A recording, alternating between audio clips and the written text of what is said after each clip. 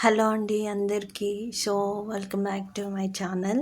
Evening వచ్చిన తర్వాత అంటే రెగ్యులర్‌గా మడతేస్తే ఏం గాదు.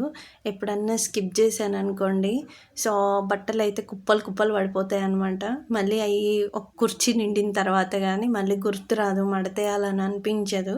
ఉతకడం అయితే రోజు ఫాస్ట్‌గా పొద్దున్నే ఉతికేసుకుంటున్నాను గానీ, మడతేయడం వచ్చేసరికి ఈవినింగ్ లాస్ట్‌కొస్తది. సో, అందుకోసం అని జెప్పేసి చైర్ నిండిపోయింది. ఇంకెట్లాగో తప్పదని జెప్పేసి మొత్తం ఫోల్డింగ్స్ అయితే స్టార్ట్ చేశా అనమాట. సో, చూసారా బ్లాంకెట్స్ అయన్నీ క్లీన్ జేసుకున్నాను.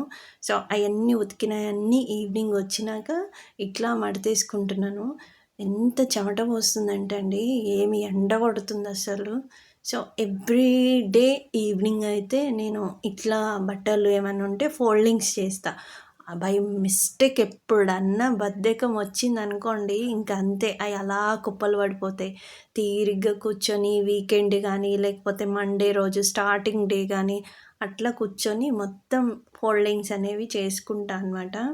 ఇంక ఇప్పుడైతే ఓకే గానీ, అంతకు ముందయితే నేను 7:30, 7కి సో, 7:45కొచ్చిన రోజుల్లో అయితే మాత్రము అసలు ఇల్లులాగుండేది కాదండి. ఎక్కడ పట్టినా గానీ ఏదో ఒక పెండింగ్ వర్క్ కనిపిస్తూనే ఉండేది.